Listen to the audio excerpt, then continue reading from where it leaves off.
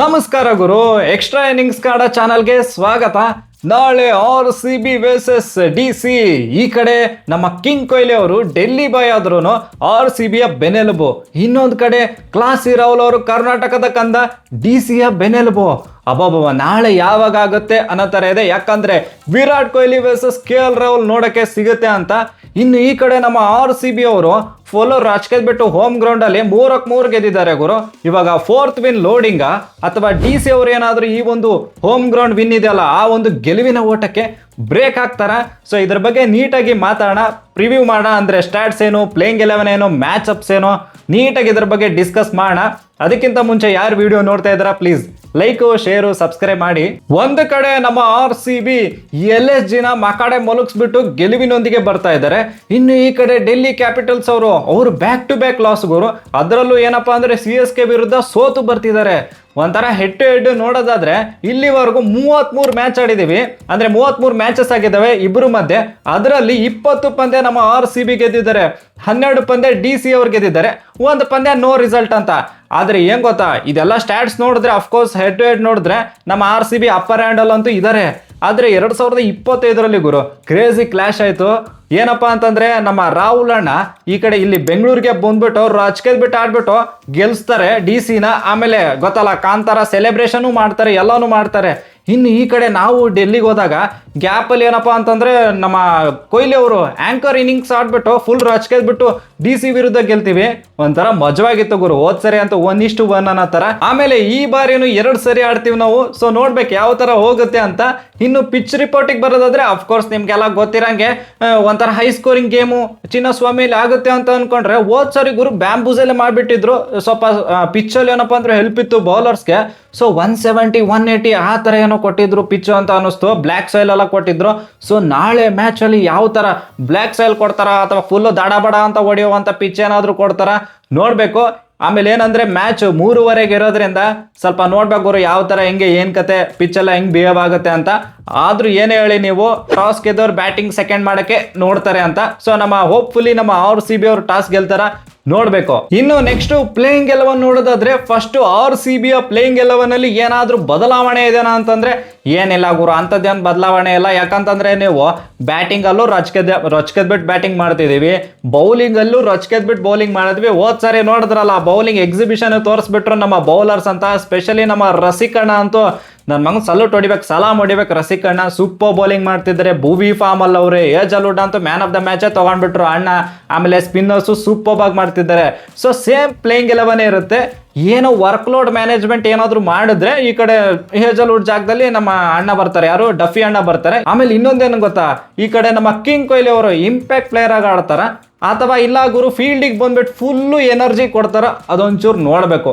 ಅದ್ ಬಿಟ್ರೆ ಬಾಕಿ ಏನ್ ಚೇಂಜಸ್ ಇಲ್ಲ ಗುರು. ಇನ್ನು ಈ ಕಡೆ DC ಪರವಾಗಿ ಹೇಳ್ಬೇಕು ಅಂತಂದ್ರೆ ಅವ್ರದ್ದೇನಪ್ಪ ಅಂದ್ರೆ ನಿತೀಶ್ ರಾಣ ಕೈ ಕಟ್ಟಿರೋದ್ರಿಂದ ಅವರು ನಂಬರ್ 3 ಸಮೀರ್ ರಿಜ್ವಿನೇ ಆಡಿಸ್ತಾ ಇದ್ದಾರೆ. ಅದು ಬಿಟ್ರೆ ನಂಬರ್ 7 ಅಕೀಬ್ ನಬಿ ಎಲ್ಲ ಬರ್ತಾರೆ. ಸೊ ಇವರು ವಿಪ್ರಾಜ್ ಅಥವಾ ಅಶುತೋಷ್ನ ಇಂಪ್ಯಾಕ್ಟ್ ಪ್ಲೇಯರ್ ಆಗಿ ಯೂಸ್ ಮಾಡ್ತಾರೆ. ಸೊ ಯಾರು ಬೇಕಾದ್ರೂ ಯೂಸ್ ಮಾಡ್ಬೋದು, ಆ ಒಂದು ಫ್ಲೆಕ್ಸಿಬಿಲಿಟಿನೂ ಇದೆ DC ಅವ್ರಿಗೆ ಅಂತ. ಅದು ಬಿಟ್ರೆ ಬಾಕಿ ಏನ್ ಚೇಂಜಸ್ ಇಲ್ಲ ಗುರು. DC ಪಾಳ್ಯದಲ್ಲಂತೂ ಪ್ಲೇಯಿಂಗ್ 11 ಅಲ್ಲಿ ಎಲ್ಲ ಸೇಮೇ ಇರುತ್ತೆ. ಹೋದ ಮ್ಯಾಚ್ ಯಾರು ಆಡಿದ್ರಲ್ಲ ಅದೇ ತರ ಸೇಮ್ 11 ಇರುತ್ತೆ ಅಂತ. ಇವ್ರು ಏನಾದ್ರು ಗ್ಯಾಪ್ ಅಲ್ಲಿ ಕರುಣ್ ನಾಯರ್ನು ಆಡ್ಸಿದ್ರೆ ಸ್ವಲ್ಪ ಚೆನ್ನಾಗಿರುತ್ತೆ ಅಂತ ಏನಾದ್ರು ವಿಚಾರ ಮಾಡ್ತಾರ ನೋಡ್ಬೇಕು. ಅಂದ್ರೆ ಇಲ್ಲೇ ಆಡಿರೋದ್ರಿಂದ ಕರ್ನಾಟಕದಲ್ಲಿ ಗೊತ್ತಲ್ಲ ನಮ್ಮ ಕರುಣ್ ನಾಯರ್ ಅವರು ಸಖತ್ತಾಗಿ ಆಡ್ತಾರೆ. ಬಟ್ ಇವರು ಅಷ್ಟೊಂದೆಲ್ಲ ವಿಚಾರ ಮಾಡಲ್ಲ ಅಂತ ಅನ್ಕೋತೀನಿ. ಇದೇನು ಚೇಂಜಸ್ ಆದ್ರೆ ಅದೊಂದು ಏನೋ ಆದ್ರೂ ಆಗ್ಬಹುದು. ಬಟ್ ಯಾರ್ ಪ್ಲೇಸ್ ಅಲ್ಲಿ ಆಡ್ತಾರೆ ಗುರು ಅದೂ ಇದೆ ಅಲ್ವಾ. ಸೊ ನೋಡ್ಬೇಕು. ಅದ್ ಬಿಟ್ರೆ ಬಾಕಿ ಎಲ್ಲ ಏನ್ ಚೇಂಜಸ್ ಇಲ್ಲ, ಎಲ್ಲ ಸೇಮ್ 11 ಇರುತ್ತೆ ಅಂತ. ಇನ್ನು ನೆಕ್ಸ್ಟ್ ಮೇನ್ ಮ್ಯಾಚ್ ಅಪ್ಸಿಗೆ ಬರೋಣ ಗುರು. ಅಬ್ಬಬ್ಬ, ವಿರಾಟ್ ಕೊಹ್ಲಿ ವರ್ಸಸ್ ಈ ಕಡೆ ನಮ್ಮ KL ರಾಹುಲ್. ಫಸ್ಟ್ ವಿರಾಟ್ ಕೊಹ್ಲಿ ನಮ್ಮ ಕಿಂಗ್ ಕೊಹ್ಲಿ ಅವರು ಡೆಲ್ಲಿ ವಿರುದ್ಧ ಯಾವ ತರ ಸ್ಟಾಟ್ಸ್ ಇದೆ ಅಂತಂದ್ರೆ ಇಲ್ಲಿವರೆಗೂ ಒಂದು 30 ಇನ್ನಿಂಗ್ಸ್ ಏನೋ ಆಡಿದ್ದಾರೆ. ಅದರಲ್ಲಿ 1130 ನೋಡ್ದಿದ್ದಾರೆ. 50 ಎವರೇಜ್ ದೊಂದಿಗೆ ಸ್ಟ್ರೈಕ್ ರೇಟ್ ಉತ್ತಮ ಅಂತಾನೆ ಹೇಳ್ತೀನಿ. 135 ಸ್ಟ್ರೈಕ್ ರೇಟ್ ಅಲ್ಲಿ ಏನೋ ಹೊಡೆದಿದ್ದಾರೆ.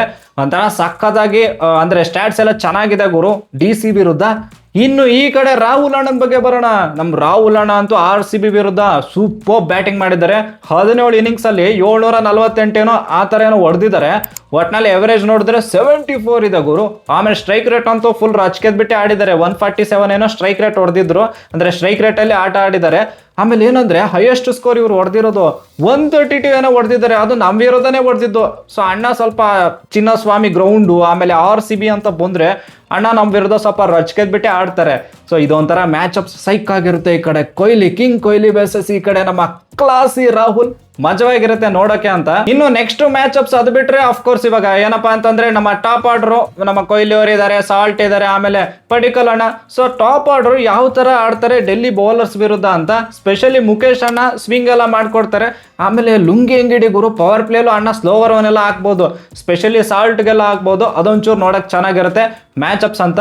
ಆಮೇಲೆ ಸ್ಪಿನ್ನರ್ಸಿಗೆ ಬರೋದಾದ್ರೆ ಅಬ್ಬಬ್ಬಾ ಈ ಕಡೆ ಅಕ್ಷರ್ ಪಟೇಲು ಆಮೇಲೆ ಕುಲ್ದೀಪ್ ಯಾದವ್ ಕ್ರೇಜಿ ಸ್ಪಿನ್ನರ್ಸು, ಇವ್ರ ವಿರುದ್ಧ ಓಹೋ ಭಯಂಕರ ನಮ್ಮ ರಜತ್ ಪಟಿದಾರ್ ದುರಂದರ್ ನಮ್ಮ ಪಟಿದಾರ್ ಅಣ್ಣ ಯಾವ ತರ ಆಡ್ತಾರೆ ನೋಡ್ಬೇಕು ಗುರು. ಅಂದ್ರೆ ಒಂಥರ ಭಯಂಕರ ಫಾರ್ಮ್ ಅಲ್ಲಂತೂ ಇದಾರೆ ನಮ್ಮ ರಜತ್ ಅಣ್ಣ. ಇವರು ಬೌಲರ್ಸು ಸಖತ್ತಾಗಿದ್ದಾರೆ, ಸ್ಪಿನ್ನರ್ಸು ಚೆನ್ನಾಗೇ ಮಾಡ್ಕೊಡ್ತಾರೆ ಗುರು. ಸೊ ನೋಡ್ಬೇಕು ಮಜವಾಗಿರುತ್ತೆ.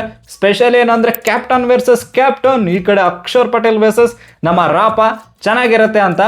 ಆಮೇಲೆ ಏನಂದ್ರೆ ನಮ್ಮ ಬೌಲಿಂಗ್ ನೋಡೋದಾದ್ರೆ ಈ ಕಡೆ ಏಜಲ್ವುಡ್ ಆಯ್ತು, ಆಮೇಲೆ ನಮ್ಮ ಭುವಿ ಅವರಾಯ್ತು, ಇವರಿಬ್ಬರ ವಿರುದ್ಧ ಟಾಪ್ 3 ಯಾವ ತರ ಆಡ್ತಾರೆ DC ಅವ್ರು ನೋಡ್ಬೇಕು. ಸ್ಪೆಷಲಿ ನಮ್ಮ ಕ್ಲಾಸಿ ರಾಹುಲ್ ಅವರು, ಆಮೇಲೆ ಗ್ಯಾಪಲ್ಲಿ ಪತೋಮ್ ನಿಸಾಂಕ, ಆಮೇಲೆ ಸಮೀರ್ ರಿಜ್ವಿ, ಇವ್ರು ಚೆನ್ನಾಗಿದೆ ಗುರು. ಸ್ಪೆಷಲಿ ಟಾಪ್ 3 ಯಾರಾದ್ರೂ ಒಬ್ರು ನಿಂತ್ರೆ ಚೆನ್ನಾಗಿ ಆಡ್ಕೊಡ್ತಾರೆ ಅಂತ. ಸೊ ನೋಡ್ಬೇಕು ನಮ್ಮವ್ರು ಯಾವ ತರ ಬೌಲಿಂಗ್ ಮಾಡ್ತಾರೆ ಇವ್ರ ವಿರುದ್ಧ ಅಂತ. ಇನ್ನು ಸ್ಪಿನ್ನರ್ಸಿಗೆ ಬರೋದಾದ್ರೆ ಅಕ್ಷರ್ ಪಟೇಲು ಚೆನ್ನಾಗೆ ಸ್ಪಿನ್ಗೆಲ್ಲ ಆಡ್ತಾರೆ.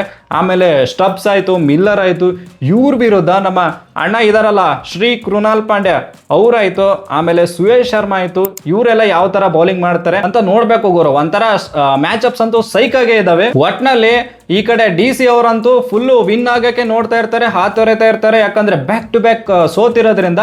ಇನ್ನು ನಮ್ಮ RCB ಅವರಂತೂ ಫುಲ್ ಜುಯಿ ಅಂತ ಹೋಗ್ತಾ ಇದ್ದಾರೆ. ಅದು ಸ್ಪೆಷಲಿ ಹೋಮ್ ಗ್ರೌಂಡ್ ಅಲ್ಲಂತೂ ಯಾರು ತಡೆಯೋಕೆ ಆಗ್ತಾ ಇಲ್ಲ ಅನ್ನೋ ತರ ಆಡ್ತಿದ್ದಾರೆ. ಸೊ ಈ ಮ್ಯಾಚ್ ಮಾತ್ರ ಕ್ರೇಜ್ ಆಗಿರುತ್ತೆ ಅಂತ ನೋಡ್ಬೇಕು, ಮಸ್ತಾಗಿರುತ್ತೆ ಗುರು. ಅಂದ್ರೆ ಹೆಂಗ್ ಗೊತ್ತಾ, ಬಲ ಅಂತ ನೋಡಿದ್ರೆ ಅಫ್ಕೋರ್ಸ್ DC ಅವರು ಎಲ್ಲ ಒಂದ್ ಕಡೆ ಸ್ವಲ್ಪ ಟಕ್ಕರ್ ಕೊಡ್ಬೋದು, ಬಟ್ ಇವೆಂಚುಯಲಿ ನಮ್ಮ RCBನೇ ಗೆಲ್ಲುತ್ತೆ ಅಂತ ನನ್ಗನ್ಸುತ್ತೆ. ಆಮೇಲೆ ಪ್ಲೇಯರ್ಸ್ ಟು ವಾಚ್ ಔಟ್ ಅದೆಲ್ಲ ಹೇಳೋದು ಬೇಡ, ನೀವೇ ಹೇಳಿ ಅಂತ, ನಿಮ್ಮ ಅನಿಸಿಕೆನ ಹೇಳಿ. ಪ್ಲೇಯರ್ಸ್ ಟು ವಾಚ್ ಔಟ್ ಹೇಳಿ, ಆಮೇಲೆ ಯಾರು ಗೆಲ್ತಾರೆ ಏನ್ ಕತೆ ಅಂತ ಅದೆಲ್ಲ ನಿಮ್ಮ ಅನಿಸಿಕೆನ ಪ್ಲೀಸ್ ಕಮೆಂಟ್ ಬಾಕ್ಸಲ್ಲಿ ಕಮೆಂಟ್ ಮಾಡಿ ಅಂತ ಹೇಳ್ತಾ that's it for the day. Bye, ಜೈ ಕರ್ನಾಟಕ. ಮತ್ತೆ ಭೇಟಿಯಾಗೋಣ. ನಮಸ್ಕಾರ.